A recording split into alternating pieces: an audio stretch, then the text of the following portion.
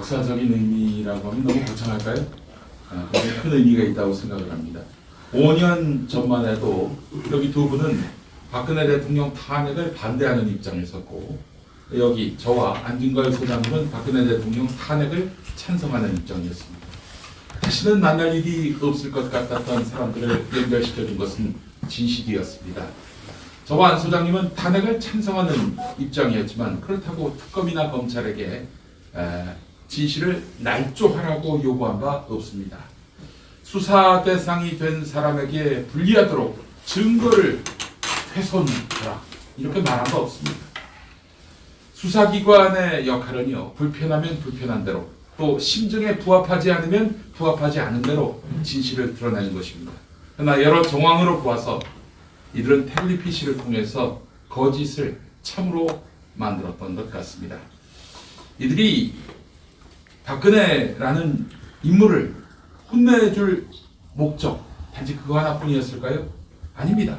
개인의 영달과 성취가 그들의 근본적인 목적이었던 것 같습니다. 그래서 박 전 대통령 수사를 제물로 삼았을 뿐입니다. 그런 그들은 이후에도 자신의 지휘권자인 조국 추미애 두 법무부 장관을 제물로 삼아서 결국 검찰 쿠데타를 일으켰고, 그렇게 해서 집권한 이후에는 대선 경쟁자이자 차기 유력 경쟁자인 야당 대표를 신빙성 떨어지는 진술로서 억지의 사실을 만들려 하고 있습니다. 진실을 추구하는 사람은 또 다른 진실을 추구하는 사람과 싸울 수가 없습니다. 반대로 진실은 얼마든지 조작할 수 있다, 이렇게 믿는 사람은 앞으로도 진실을 흔들 것입니다. 진실을 추구하는 사람을 끝없이 괴롭힐 것입니다. 공직자는 하지 않은 일이라도 혹시 한 거 아니야? 이런 질문을 받았을 때 안 한 것을 증명해야 합니다. 그것은 책무입니다. 법에 없더라도. 부적절한 만남인데 말이죠. A날 B 장소에 C와 있었느냐라는 의문이 제기되면 그런 일이 없었음을 성실하게 소명해야 합니다. 그게 바로 공직에 있는 사람의 그 책무인 것입니다. 관용차 운행 기록이라든가, 하다못해 휴대전화 삭발신 기록, 부근의 CCTV 녹화 영상, 이런 것들을 통해 규명할 수 있지 않습니까? 갖고 있는 공권력으로 말이죠. 힘들어도 이렇게 해야만 진실을 내 표현으로 만들 수가 있는 것입니다.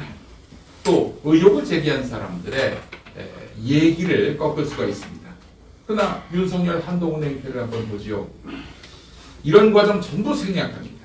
그리고 보도한 언론, 본인은 무책임한 유튜버라고 생각할지 모르겠습니다만은 이 보도한 언론을 비난만 합니다. 귀찮은 건지, 아니면 진실을 얼마든지 가공할 수 있는 권력에 도취돼서 감추고 싶은 것을 감추는 것인지 알 수가 없습니다. 김종대 전 의원의 한남동 공관 결정에 천공이 개입했다는 설, 이걸 어떻게 다루고 있습니까?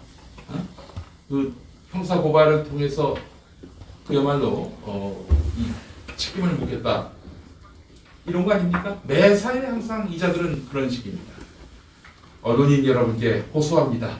진실에 접근하는 것을 두려워하지 마십시오.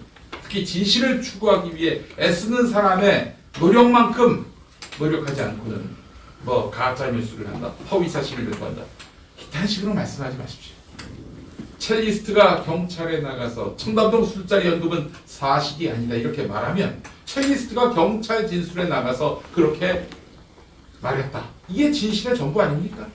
그런데 청담동 술자리는 허위 사실로 드러났다, 이렇게 말씀하시대요, 대다수 언론들. 그게 진실인지 아닌지 거기 가서 취재라도 한번 해봤습니까? 첼리스트가 앞으로 닥쳐올 불이익이 두려워서 경찰에 나가서 거짓말로 진술했을 가능성, 그거 취재해 보셨어요? 물론 청담동 술자리 보도가 사실이다, 제가 이렇게 말하는 것은 아닙니다.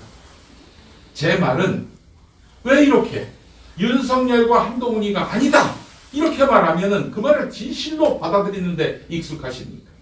윤석열, 한동훈이가 입 꾹 닫고 모른 척, 안 들은 척 하면은 왜 없는 사실로, 없는 의혹 제기로 만들어 버리십니까?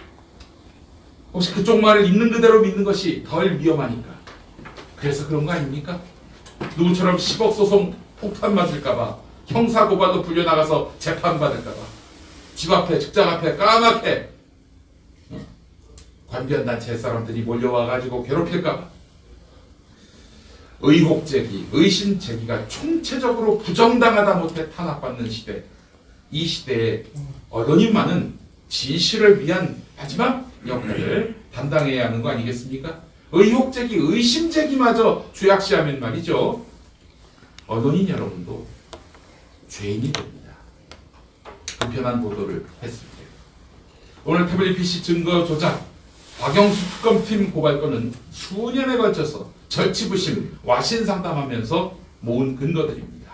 근데 그 근거를 폭로한 이동환 변호사의 한 주 전 기자회견, 그렇게 열심히 취재에 가서는 어떻게 보도를 안 하십니까?